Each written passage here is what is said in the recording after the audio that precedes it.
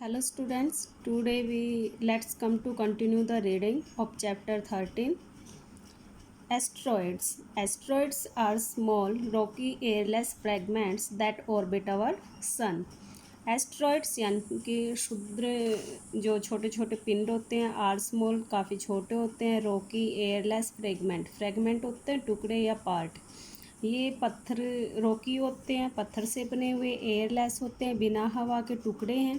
That orbit our सन, जो हमारे सन के चारों ओर परिक्रमा कर रहे हैं। But are too small to be called planets, लेकिन इतने छोटे कि इन्हें हम प्लेनेट्स नहीं बोल सकते। This broken pieces of rocks and planet like bodies are also called planetoids. ये ब्रोकन जो पीसीज हैं, ये यानी कि जो रॉक्स हैं, चट्टानें, उनके टूटे हुए जो छोटे छोटे टुकड़े हैं, प्लेनेट लाइक बॉडीज़, ये प्लेनेट की तरह ही हैं। आर आल्सो कॉल्ड, इसलिए इन्हें प्लेनेटॉइड्स भी कहा जाता है। Asteroids that pass close to the earth, asteroid जब पृथ्वी के पास से गुजरते हैं, are called near earth object, तो इन्हें क्या कहा जाता है? Near earth object. Between the orbits of Mars and Jupiter,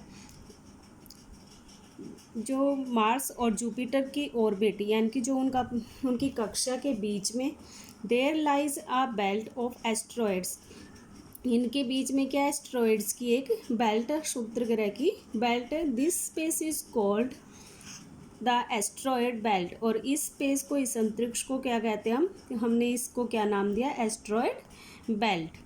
the largest asteroid is Ceres, सबसे बड़ा एस्ट्रॉयड कौन सा है? Ceres, which has the equatorial radius of 490 kilometre and is also considered a dwarf planet. और जो इसकी radius है वो कितनी है? 490 किलोमीटर, और इसे एक बोना ग्रह भी मान सकते हैं। इट इज डिफ़िकल्ट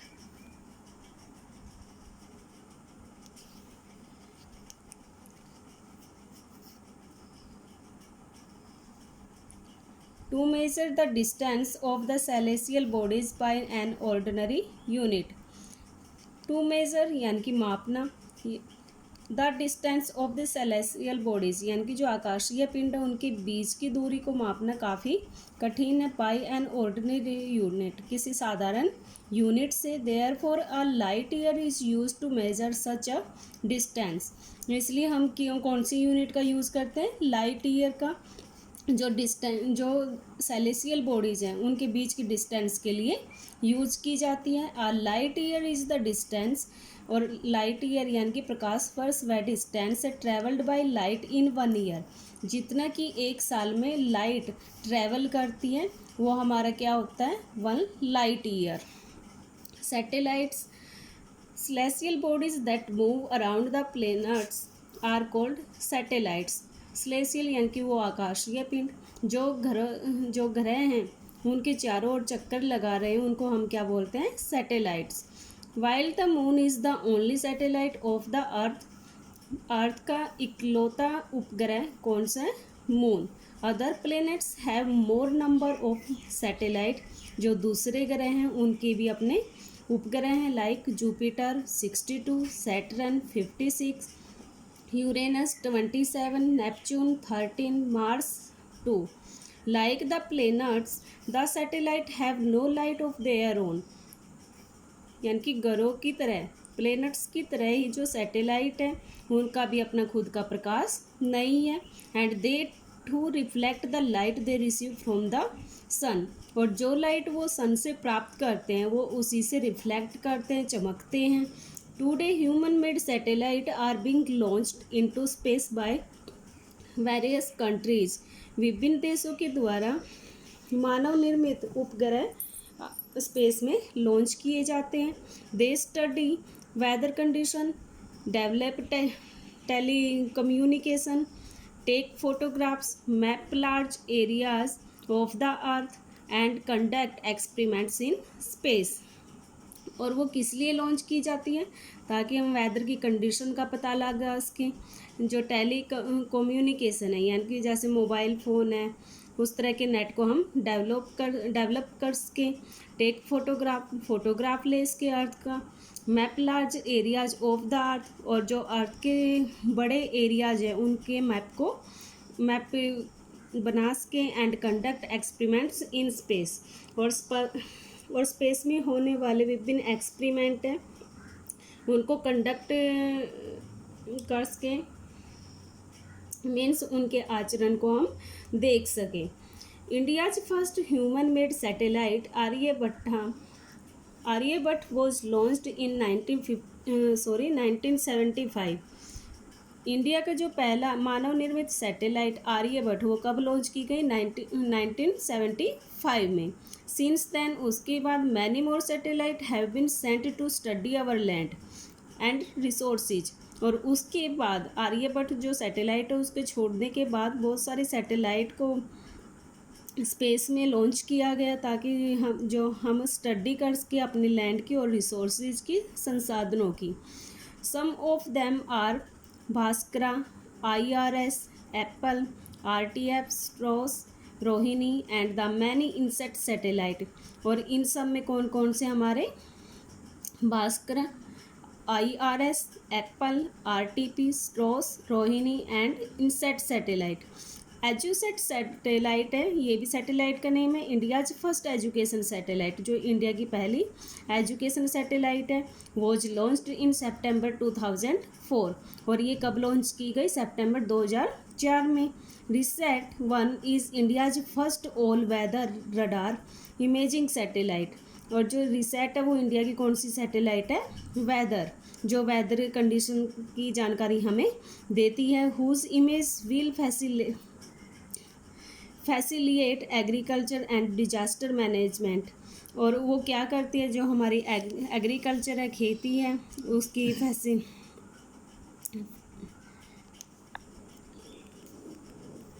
रिसेट जो सैटेलाइट है वो कृषि और आपदा प्रबंधन की फैसिलिएट, यानी कि उसको इमेज सेंड करती है और उसकी हेल्प करती है।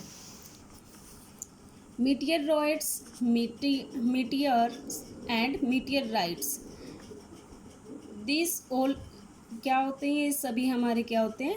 मीटियर्स ही होते हैं, उल्का पिंड ही होते हैं, लेकिन इनकी अलग अलग जो सरकमस्टांस है या सिचुएशन है उसके बेस पर इनको अलग अलग नाम दे दिए गए हैं। Chunks of rocky space debris hurtling through space and orbiting the sun are known as meteoroids. Chunks means होता है पार्ट ऑफ रॉकी स्पेस, जो हमारे चट्टानी अंतरिक्ष है, ये क्या होते हैं? चंक्स रॉक के, यानी कि चट्टानों के पार्ट हैं। स्पेस डेब्रिज अंतरिक्ष में जो मलबा है उसके हर्टलिंग थ्रू स्पेस, जो हमारे स्पेस में हर्टलिंग होता है तेज़ गति से आगे बढ़ना, जो लगातार तेज़ गति से आगे चलते रहते हैं। And orbiting the sun are known as meteoroids, और सन की है जो ऑर्बिटिंग करते हैं यानी कि परिक्रमा करते हैं, उनको हमने क्या नाम दिया है? Meteoroids. Meteors are the smaller piece of rocky, ये भी चट्टानों के छोटे पीस होते हैं। Material that burn when they enter the earth, और ये मटेरियल जब अर्थ के एटमॉस्फेयर यानी कि वातावरण, अंतरिक्ष से पृथ्वी के वातावरण में एंटर करते हैं, they can be seen as bright streaks of light flashing across the sky. तो वो हमें दिखाई देते हैं they can be seen as bright streaks of light flashing across the sky. तो वो एक चमकीली लाइन की तरह, यानी कि प्रकाश वाली लाइन जो ब्राइट कर रही है, फ्लैशिंग अक्रॉस द स्काई, वो स्काई में चलती हुई हमें दिखाई देती है। जो मीटियर्स है वो जब भी हमारे जो स्पेस है, स्पेस से अर्थ पर ऐसे एंटर करते हैं तो जो एटमॉस्फेयर है यानी कि वातावरण में, अंतरिक्ष से पृथ्वी के वातावरण में आते टाइम वो बर्न हो जाते हैं, जल जाते हैं, जिसके कारण वो एक लंबी स्ट्रिक्स यानी कि हमें आकाश में एक लंबी प्रकाश वाली रेखा दिखाई देती है। And hence are known as shooting stars, जिनको हम क्या कहते हैं? टूटते हुए तारे। Many larger fragments of rocks complete the journey to the earth surface without being destroyed. और इसके अलावा बहुत सारे बड़े बड़े फ्रैगमेंट यानी कि टुकड़े हैं चट्टानों के, कंप्लीट द जर्नी, जो अपनी जर्नी को कंप्लीट करते हैं। टू द अर्थ सरफेस, अर्थ की सरफेस तक यानी कि सतह तक, विदाउट बीइंग डिस्ट्रॉयड, बिना नष्ट हुए। इट मीन्स जो चट्टानों के बहुत सारे बड़े टुकड़े भी ऐसे होते हैं जो पृथ्वी की एटमॉस्फेयर में एंटर करते टाइम डिस्ट्रॉय नहीं होते, नष्ट नहीं होते। These are known as meteorites, और उनको हमने क्या नाम दिया है? मीटियोराइट्स। सम रिसेंट मेजर, इसके अलावा major meteorite falls on earth were in Vladivostok, Russia in 1947। इसके अलावा जो बहुत सारे प्रमुख मेटियोराइट्स हैं वो अर्थ पर फॉल हुए हैं, वो कहाँ पर हुए हैं? व्लादिवोस्तोक में, जो रशिया में एक प्लेस का नाम है। और ये कब फॉल हुए? 1947 में। बारवेल ब्रिटेन में इन 1965 में। नॉर्थर्न आयरलैंड इन 1999 में। नॉर्थर्न जो आयरलैंड है उसमें कब हुए? 1999 में। फ्रांस में इन 2011 में। एंड चेल्याबिसंक रशिया में 2013 में। कोमेट्स मीन्स होते धूमकेतु। कोमेट्स आर ऑब्जेक्ट्स, ये वे ऑब्जेक्ट्स होते हैं made of dust and gas held together by ice particles. ये डस्ट और गैस से बने हुए ऑब्जेक्ट हैं, हेल्ड टुगेदर, जो साथ के साथ किसको हेल्ड करके रखते हैं? आइस पार्टिकल्स को, यानी कि बर्फ़ के टुकड़ों को। They revolves around the sun in elongated orbits, और ये सन के चारों ओर लंबी कक्षा में चक्कर लगाते हैं। एंग्लोटेड ऑर्बिट मीन्स होते हैं लंबी कक्षा में चक्कर लगा रहे हैं। The ice change to gas, जो आइस है वो गैस में चेंज हो जाती है। When it comes near the sun, जब ये सन के पास आते हैं। It vaporized part forms a long tail, और जो आइस से जो वेपर यानी कि जो गैस कह सकते हैं या वाष्प कह सकते हैं, जैसे पानी से भाप निकलती है सेम टाइप, उससे क्या फॉर्म होती है? एक इनकी लॉन्ग टेल बन जाती है, किसकी? गैस की और फाइन डस्ट की, जिससे वो उसके पीछे की एक लंबी पूंछ की तरह दिखाई देते हैं आकाश में। The most famous comet is Halley's comet, जो सबसे ज़्यादा फेमस है वो कौन सा कोमेट है? Halley comet. उसको हमने क्या नाम दिया? हैली का। Which appear in the sky, जो आकाश में हमें दिखाई देता है एवरी 76 ईयर्स, प्रत्येक 76 साल के बाद। दिस इज़ द टाइम, और यह वह टाइम है। It takes to complete one orbit around the sun, जब वह सन के चारों ओर अपना एक चक्कर पूरा कर लेता है। It was last seen in 1986, और ये लास्ट में यानी कि कब दिखाई दिया था? 1986 में। Can you calculate when it will be seen next, क्या आप कैलकुलेट कर सकते कि यह नेक्स्ट टाइम हमें कब दिखाई देगा? द मून यानी कि चांद। The moon is the earth's only natural satellite, जो मून है वो अर्थ का प्राकृतिक उपग्रह है। It lies at a distance of approximately 3,84,400 kilometre from the earth. वो लगभग 3,84,400 किलोमीटर की डिस्टेंस पे है। इट हैज़ नो एटमॉस्फेयर और वाटर, इस पे ना तो कोई वातावरण है और ना ही पानी। Therefore it supports no life, इसलिए यहाँ पर जीवन नहीं है। Its surface is full of craters, जो इसकी सरफेस है वो किससे फुल है? क्रेटर्स मीन्स गड्ढों से। Which have formed due to meteorites falling on it, और ये किससे बने? जब मीटियोराइट्स यानी कि उल्का पिंड जब इसके सतह पर गिरे तो उससे बड़े बड़े गड्ढे बन गए चंद्रमा की सतह पर। The moon takes about 28 days to revolve around the earth, और जो चांद है वो कितने डेज लेता है अर्थ की परिक्रमा करने में? 28 days. And also on it axis, और साथ के साथ अपनी एक्सिस पे भी जो ये घूम रहा है उसमें भी कितना समय लेता है? 28 डेज का। The diameter of the moon is 1/4 of the earth's diameter, जो पृथ्वी का व्यास है वो चंद्रमा का व्यास है वो पृथ्वी के व्यास का कितना है? 1/4। एंड इट्स ग्रेविटी इज 1/6 और जो इसकी ग्रेविटी है वो अर्थ की ग्रेविटी की कितनी है 1/6। The moon is about 4.5 billion years old, ये इतने ईयर्स ओल्ड है 4.5 billion. The surface of the moon has about the same area as the continent of Africa, और जो मून की जो सरफेस है यानी कि सतह है उसका एरिया जो अफ्रीका महाद्वीप है उसके एरिया की तरह ही है। The moon has different phases, moon के डिफरेंट फेजेस हमें अपीयर होते हैं आकाश में। टू चेंज इट्स शेप, जो अपने शेप को लगातार चेंज करता रहता है ड्यूरिंग द मंथ, महीने के दौरान। When the shape appears to be growing, और जब शेप है जो चंद्रमा की जो शेप है आकार है वो ग्रोइंग होता है यानी कि बढ़ता हुआ दिखाई देता है, it is called the waxing period. तो हम इस पीरियड को क्या कहते हैं waxing period. And when the shape appears to be reducing, और जब इसकी शेप वो घटती है it is called the waning period. तब ये कौन सा पीरियड कहलाता है waning period. We see different shapes of the moon due to the sun lighting up its part in its journey around the earth, और वो शेप हमें किस वजह से दिखाई देते हैं, उसके डिफरेंट शेप्स क्यों दिखाई देते हैं, क्योंकि जो सूर्य का प्रकाश है उसके जितने हिस्से पर दिखाई देता है और जब वो पृथ्वी की परिक्रमा कर रहा होता है उसके जितने हिस्से पर सूर्य की रोशनी पड़ती है उतना ही हिस्सा हमें चंद्रमा का दिखाई देता है।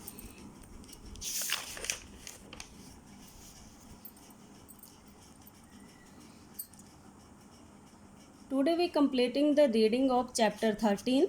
Let's sum up. The universe is a vast and endless space wherein all celestial bodies exist. जो यूनिवर्स है वो विशाल है और एंडलेस है जिसका कोई अंत नहीं है, इतना लंबा अंतरिक्ष है हमारा जिसको हम क्या कहते हैं ब्रह्मांड या universe. Wherein on celestial bodies exist, जहाँ पर अंतरिक्षीय पिंड एग्जिस्ट यानी कि पाए जाते हैं। Our galaxy is known as the Milky Way, जो गैलेक्सी है उसको हमारी गैलेक्सी है उसका नेम क्या है Milky Way. The sun is at the centre of our solar system, और हमारे सोलर सिस्टम का सेंटर क्या है sun.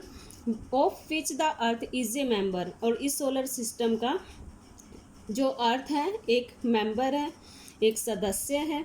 The earth is the only planet known to support life, और अर्थ यानी कि अर्थ ही इकलौता ऐसा ग्रह है जिस पर क्या है जीवन है। Therefore it is unique, इसलिए ये क्या है यूनिक है, अनोखा है। Let's recall, tick the correct option. The planet with rings of dust around it is Uranus, Saturn, Pluto. The answer is Saturn. Planet also known as the red planet is red planet। जो red planet हमने कौन से ग्रह को नाम दिया Mars को।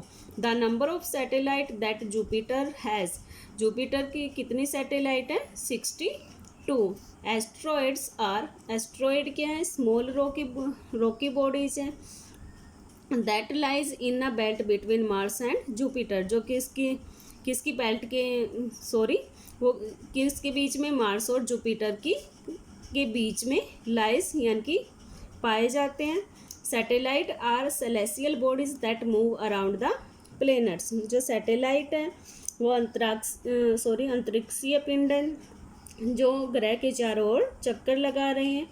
Second question is fill in the blanks. The most accepted theory about the birth of the universe is known as the big bang, जो हमने बिल्कुल चैप्टर की स्टार्टिंग में पढ़ा था यूनिवर्स की बर्थ की स्टोरी के बारे में, जो कौन सी है बिग बैंग, जिसमें क्या कहा था कि ये जो जितने भी आकाशीय पिंड है वो सारे पहले एक ही पदार्थ में एक ही तत्वों में मौजूद थे जिसमें एक्सप्लोड हुआ और उसके बाद ये छोटे छोटे टुकड़ों में पूरे स्पेस में बिखर गए थे।